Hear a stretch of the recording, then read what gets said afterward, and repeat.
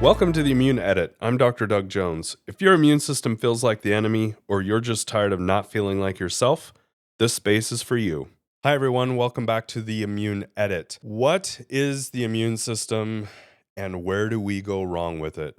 Today's episode is going to be Immune 101, and we're going to dive in and just get a little bit better understanding of what our immune system is, but also where things go wrong with it so that we can edit that and kind of bring it back into the checks and balances within our own understanding.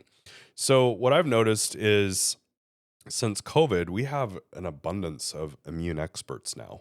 Because like everyone will go online and they're researching and they're doing their own research and they're doing these things and they'll get little snippets or bits and pieces of the immune system and kind of how they understand it.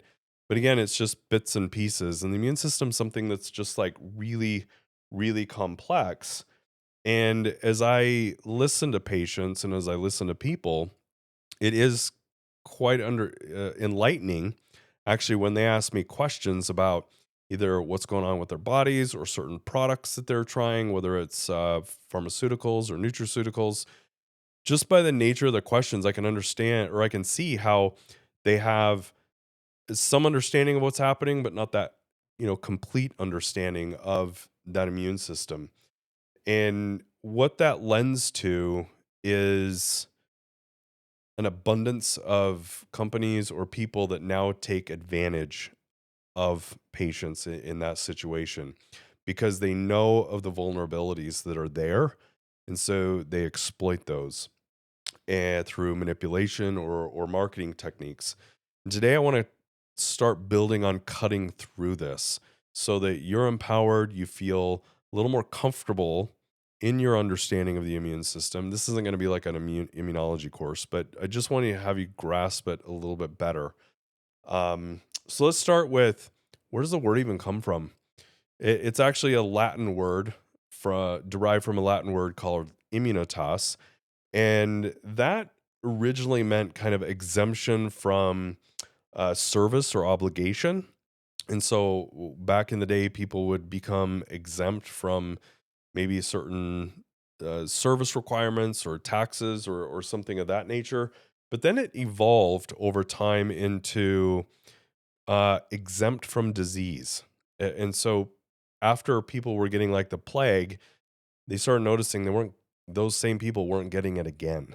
And so it's like they were exempt from that disease.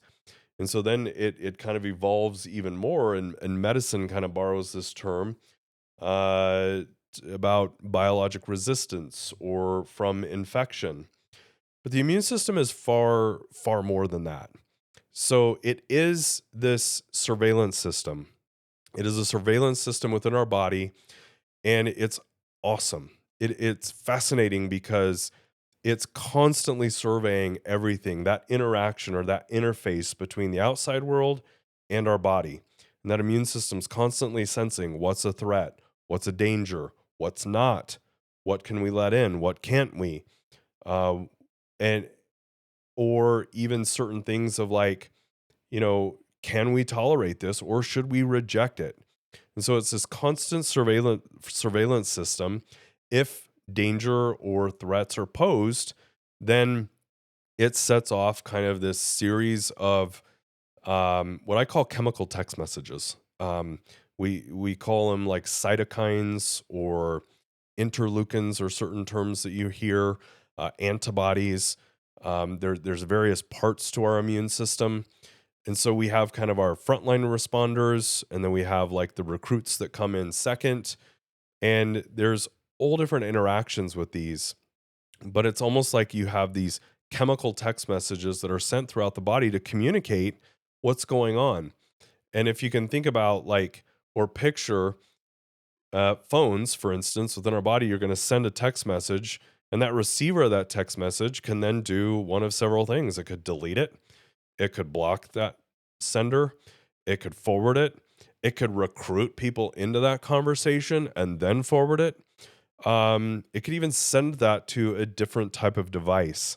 And so there's all kinds of things that can happen with these chemical text messages, that some may be for our benefit, but others may just be spam. And it's like, where is this even coming from? And how can I get rid of it? Right. So just think of the immune system as that communication system, but it doesn't work in isolation. It also works with something called our nervous system and also our endocrine system or hormones. So I often liken to any kind of food that we eat is broken down into three major things. It can be fats, carbohydrates, and proteins. Any kind of communication that's occurring within our body, I think, can be broken down into three sections: the nervous system, immune system, and endocrine system or hormone system. But again, they're not working in isolation, they work together. And it's not about necessarily boosting these things, it's about balance within each of these systems in the communication system. And where we go wrong often with the immune system is people may look at the immune system just in isolation and forget the other systems involved, or they may take just bits and pieces of the immune system in isolation and try and manipulate that in a way to get you to to do a test or buy a product ultimately. And that's kind of where we go wrong. Let me give you an example. Okay. So, way back in the day when we started with vaccines and things, what happens with vaccines is, or even an infection, is it triggers those frontline responders, but then it also will trigger a memory. So you get like an immune memory with those exposures, whether it be through infection or vaccine. And when that immune memory gets increased, sometimes over time we may keep that memory indefinitely, but sometimes we may lose that immune memory. And so we started giving like vaccine boosters. And what would it do? Well, in kind of our own thinking, it would boost that immunity. It would increase those antibody levels against that bacteria or whatever virus or whatever we're vaccinating against. So that's kind of in my mind, the origination of this concept of booster to the immune system. But it was something that's very specific. It was antibody levels. It may be something called T cell levels. Like those are memory cells and proteins that can increase to help our body fight infection. From that kind of stemmed this concept of boosting the immune system. The problem is it's been so twisted and manipulated nowadays that I can tell you the term immune booster, or maybe the newer term is immune support or support to your immune system. Anytime you hear the word boost your immune system, support your immune system, immune booster or immune support, those are marketing terms. Those are not scientific terms. They're marketing. You're getting manipulated because if you look at a lot of the products that are currently on the market as boosting your immune system or immune support, I would like to ask, what exactly is it boosting? And do you even want that boosted if it is boosting anything? Because again, we want more balance to the immune system um, overall. Again, we have this complex nature, but what is it supporting? How is it supporting that?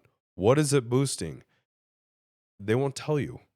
I have yet to meet anyone that's promoting some of these products that can specifically tell me what it's boosting and how it's boosting it and to what degree it's boosting it and does it even make a difference? Okay. So in our next episode, what we're going to do is I'm going to dive into some of these labels between nutraceuticals and also pharmaceuticals that deal with the immune system. And we're going to gain a little better understanding of the manipulation or marketing techniques that get you to buy these products that really may or may not even contain what you think they contain or have any relevance clinically to what you're experiencing. And so that's the edit that we're going to do.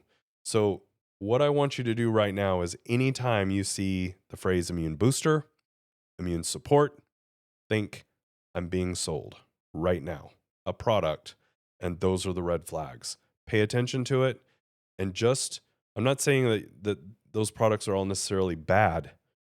It's just I want you to understand what you may or may not be getting. And so next episode, tune in because I'm going to pick apart some of these labels. And look forward to seeing you on the next episode of the Immune Edit. Thank you. Thank you so much again for tuning in. We'll see you next time on the Immune Edit. This show is separate from my clinical practice at Global Allergy Immune Network. This show represents my opinions and my guests' opinions.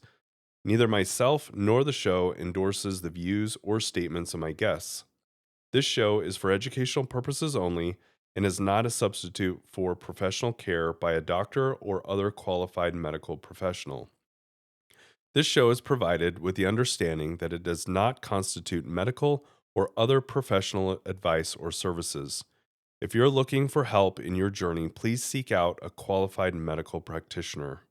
It's important to have someone in your corner who is a trained and licensed healthcare practitioner who can help you make changes, especially when it comes to your health.